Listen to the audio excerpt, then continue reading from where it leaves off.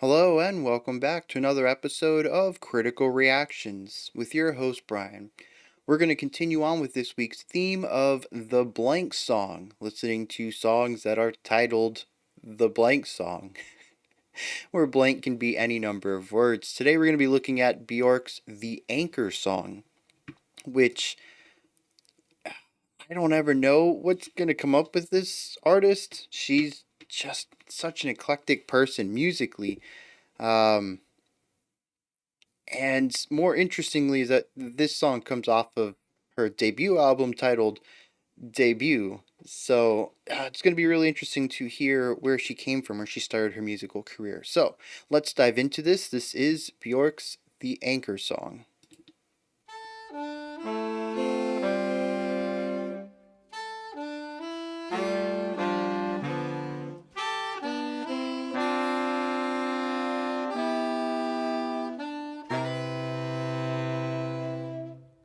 I live by the ocean,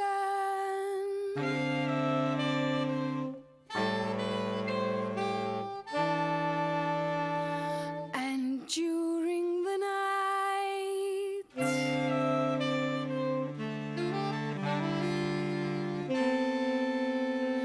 I dive into it.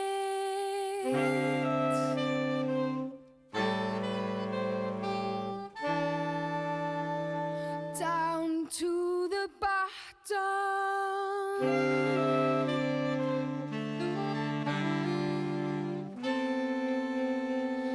underneath all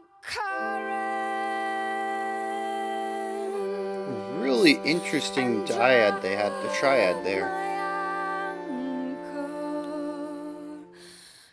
This is where I'm staying. This is my home.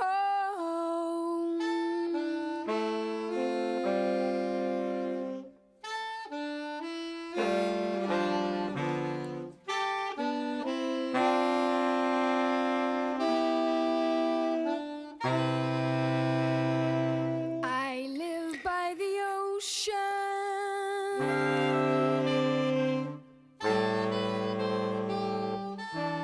The rough start and stops on And these ideas make it during really the difficult to night get a lay of the meter, the tempo. I dive into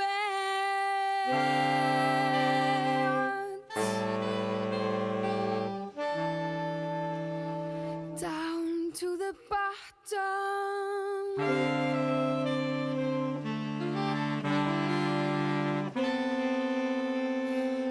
underneath all Interesting tonality there too. The saxophone was just a bit flat. currents, and drop my anchor. Even those triads are a bit wobbly. This is where I'm staying. This is my home.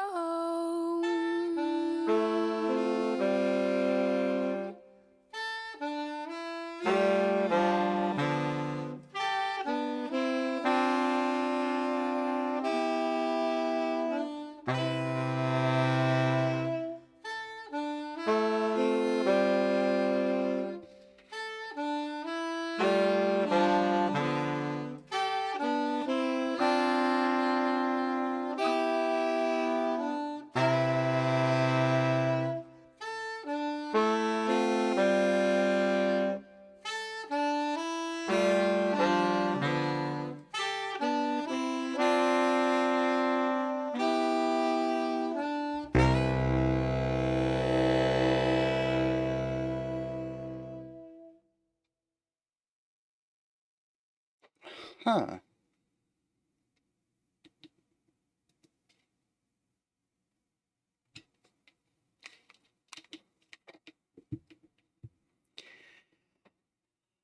You know, the longtime watchers probably already know I am the first to admit when I don't get something. I enjoy sitting up here and telling you guys what I heard, and sometimes it's what you haven't heard in your favorite songs before. Like, wow, that's phenomenal. I can't believe you picked that up on a first listen. But there is music that is just going to completely go over my head on a first listen. And that's, I mean, this is going to be one of those. And it's not because it was so deep. There was so much complexity that a lot of it passed me by. It's not because it was avant garde in any way, something highly experimental that I have a tough time parsing within my more conservative musical understanding. It's everything here is simple in a sense, and it's not pushing against the envelope of music. But I don't see the connective tissue between all of the decisions that I heard. So I'm gonna, take 10, 15 minutes and talk about what I did here, and maybe I'll come up with a hypothesis before the end of the track. Maybe we hit the lyrics and things make sense there. I get a stronger thematic understanding of the purpose of this song. But honestly, I think this is going to be one where the fans of Bjork come into the comments and educate me and let me know what's going on with this, because it's. What? So, musically, there is no foundational element. Everything is melody. There's no atmosphere either. There's nothing that's really sitting around our lead melody lines, and it creates a song, especially given how sparse our melodies are. It creates a song that's really difficult to parse rhythmically. I am pretty good at counting rests. Had to do it for uh, 15 years of playing trumpet uh, and practicing and performing with it, where you might spend 16 bars of silence during a tutti or something where the woodwinds are going to be taking front and center stage. I don't really have that big of a problem counting rests. But what's really weird is that I would sometimes find a rhythm and be like, okay.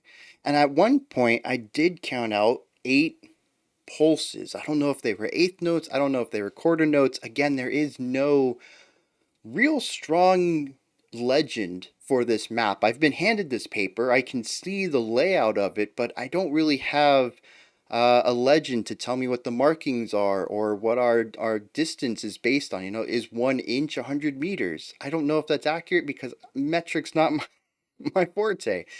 But I can see everything here. It all makes sense, but I can't parse the information. So without having a strong rhythmic component and with having so much space between our ideas, it's really difficult to find exactly what we're looking at. And like I said, at one point I did pick up 8 pulses. It started with 3 or 4 from our instruments, and then I kept with that rhythm and counted 4 more. But the next time I tried it, it didn't work. Our accented beats were based on groupings of 3 now instead of 4. So I thought maybe we shifted to triplets, but the tempo didn't feel like it changed. And then another time I felt like we were in that 8-beat idea again, or the 8 pulse idea, except the next time that the vocals came in, it was on the and of 7. We were almost about to get to that 8, but we didn't. And even if we did get to the 8, we would still have been early. And so a part of me wonders if this is in free time. It's highly possible that either the instruments were added in later, or if they were all recorded simultaneously, that they possibly had a conductor, or maybe Bjork would be the one to introduce when the instruments would be coming in because she would be prepping up for her next line. When she sung, the instruments typically lined up with her. And so we end up with a song where it is a pulsing of sound and then silence and then a sound and then silence. And the silence feels evenly weighted, evenly distributed, but I couldn't find the empirical data to showcase that. It felt like every rest period was variable. So there's my first bit of confusion. I couldn't find one half the time. But ignoring that, I began getting to a point where I just accepted it. What is the song doing? Let me absorb the melody lines. Let me hear these chords that they're playing. Let me see what they're doing musically. If I don't get it rhythmically, there's other components to lean into. And, well, this one was weird too. Without a strong foundational element, nobody playing a chord progression underneath this, the chords is kind of up in the air as well. There are chords being played. We have a series of these dyads and triads and what is I guess just a chord. Do we have a technical name for a four-note chord? Anyways, there's three instruments in the vocals. They don't always play together, but occasionally they do. And they are gorgeous chords, but there's no progression. Sometimes it feels like we're just in the same chord, and sometimes we've shifted to something completely different. It doesn't feel like a passing chord or a leading chord or a resolution chord. It's just a new chord. Again, the ideas themselves are easy to read. I have problems connecting the dots. I see where all the dots are, but they're not making a shape that makes sense to me. So that's really interesting. Aside from that, though, we also have to look at the tonality of these chords. There was one point in specific I pointed out that the saxophone felt a bit flat compared to the other instruments, and from that point on, tonality was something that was very clear to me. These four instruments are never perfectly in tune. A lot of the chords that are created with them have a little bit of wobbliness. It's a waviness in the sound that is, technically speaking, it's the sound waves clashing, but if you've ever listened to two instruments or two tones try to get in sync with each other to tune an instrument, you have a trumpet player and he asks the pianist to play concert C, and they go to tune their instrument, and you kind of hear that wah wah wah wah wah wah wah wah, and you get rid of that warble. That is pulling it in tune. As you get out of tune, you increase more warble. That's the dissonance. It's the sound waves clashing. That warble is present in every chord, every moment that multiple instruments were playing from that point on, like 2.5, 3 minutes, I guess, yeah, about 2.5 minutes into the track, when I picked up that the sax was just a hair bit flat on that chord. And it has to be an intentional choice. Tonality is not something most people leave for chance. You tune your instruments before you record. If you have a recording like this, even if it's your debut, somebody's going to speak up and say, hey, you were a bit flat on that note, let's do another take. Or, hey, none of the instruments are perfectly in tune. Maybe after we've done 3 or 4 takes, we got to retune some of the instruments. Somebody's going to pick up on it. And I'd wager somebody did, and somebody with authority, might have been Bjork, might be the producer, whoever heard it and has the authority said, no, we're keeping it. I like that. And I dig it too. It's not wrong. It's not like we're going completely experimental and introducing a ton of dissonance. Just some instruments are slightly flat and some are slightly sharp, but they're all mostly in tune. And so it adds just a little bit of that live element to it. Like I just mentioned, instruments can get flatter or sharper over performance. with like guitar strings. Uh, they loosen over time, I think. I don't think they loosen over time, don't they? If you're playing an aerophone, temperature changes it. It's why we call it warming up. Is you blow air through your instrument to warm it up. Otherwise, it's going to cold is flat, if I remember correctly. So yeah, it will sharpen up as you play it. So you want to warm it up to the temperature that you're playing at, and tune it there. So there's a lot of things that can affect the tonality of an instrument over the course of a performance. There's plenty of times you go watch a live rock or metal show, and after a few songs, you'll see the guitarist tuning their instruments. You got to get it right back there. It's going to loosen up just a hair bit, and all it takes is a hair to introduce some warble. And when you're dealing with distortion, a hair bit of warble is a lot of bit of warble. Um, but that's neither here or there. I don't think we have guitar in here. We definitely don't have distorted guitar. That's just a little side note, though. Um, but yeah, it's an intentional thing that I think kind of gives it an air of liveness to it. It's almost like this was played at the end of a performance, and oh, the instruments were just slightly out of tune here, and they just kept it in there to keep that element.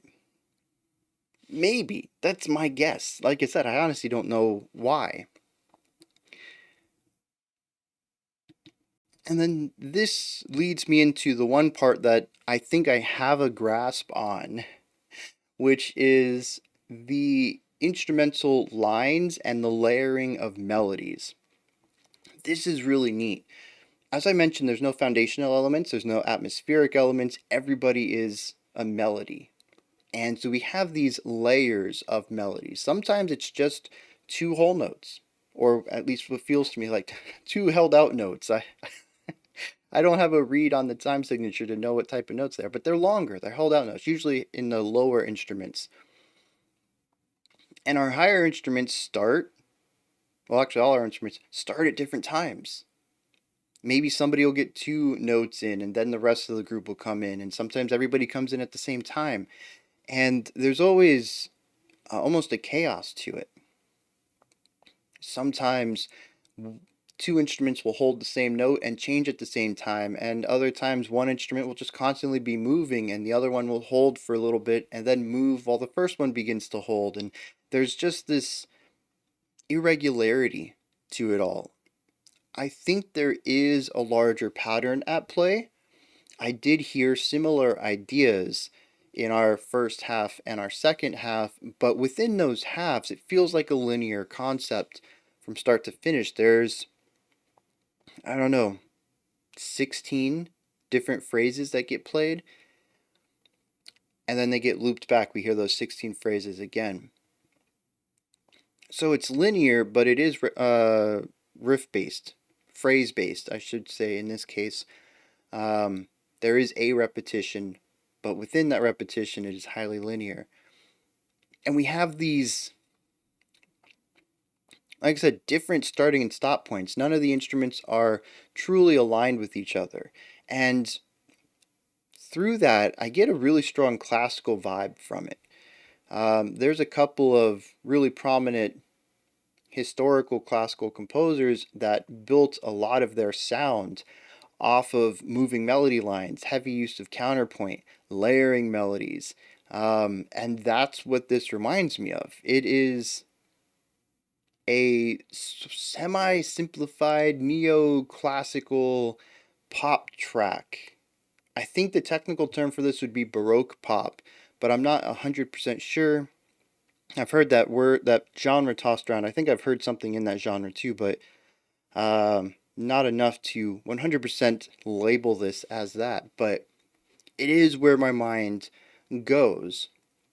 The use of the strings and saxophone help lean into that as well.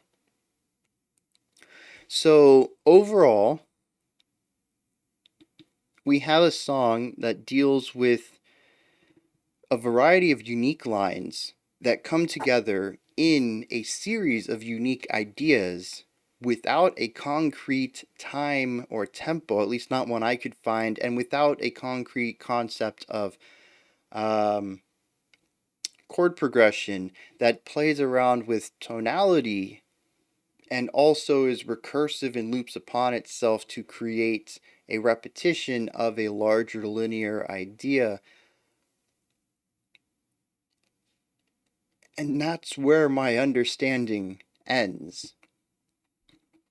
When I listen to music, I often ask, why would they do this? What does this mean? What could this represent?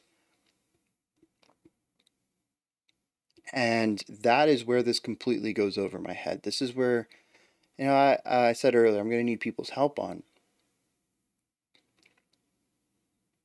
A lot of the components that help me act as a legend on a map, so to speak, to give me the insight into decision making, are missing here. And I'm trying to look for meaning in their lack of presence, and I can't find that either. So it's left me with a song that exists. I get what it's doing on paper, theoretically, but I don't understand the emotional component to it, the purpose of choosing these theoretical ideas.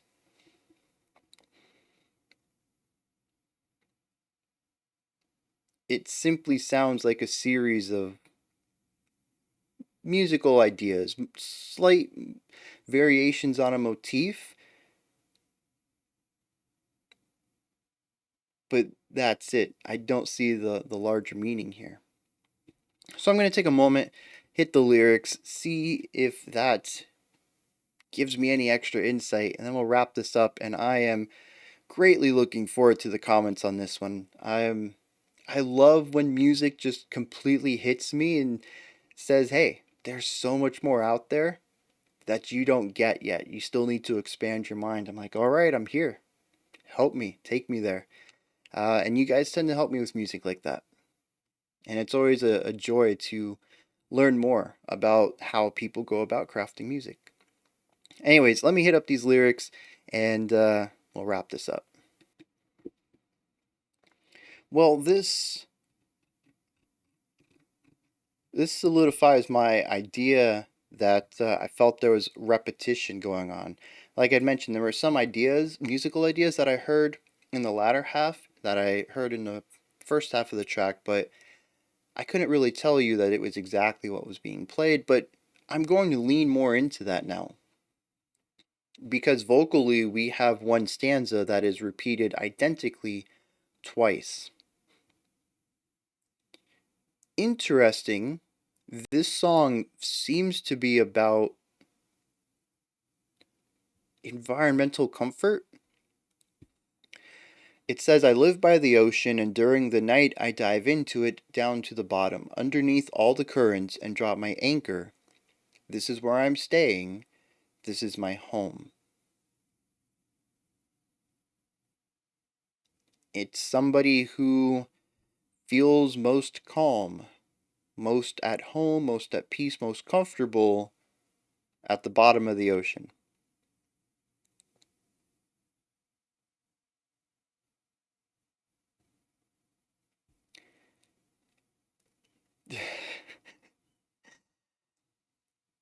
The only thing I can think of is that musically, these ideas were crafted in a way to showcase some sort of comfort that Bjork finds musically. I don't hear anything here that reminds me of the ocean. I don't hear anything here that reminds me of comfort or peace or tranquility, but I'd wager that Bjork does.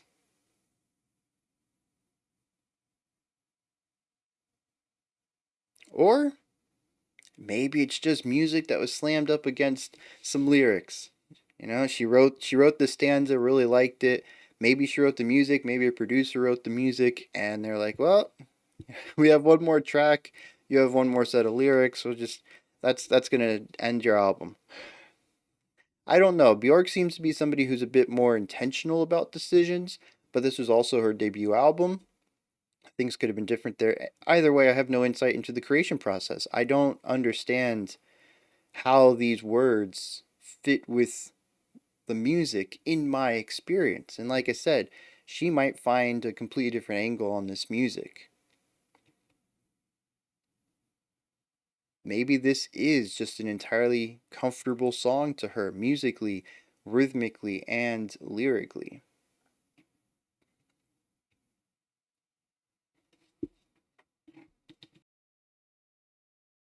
Those are my thoughts on Bjork's The Anchor Song. This is where you guys come in. I'm going to need some help here. I told you what I heard, but I can't make heads or tails of it. If you have your own takes on this, if you've heard interviews or read interviews where she's explained herself or anything like that, I am open for knowledge. Bjork, as usual, confounds me, and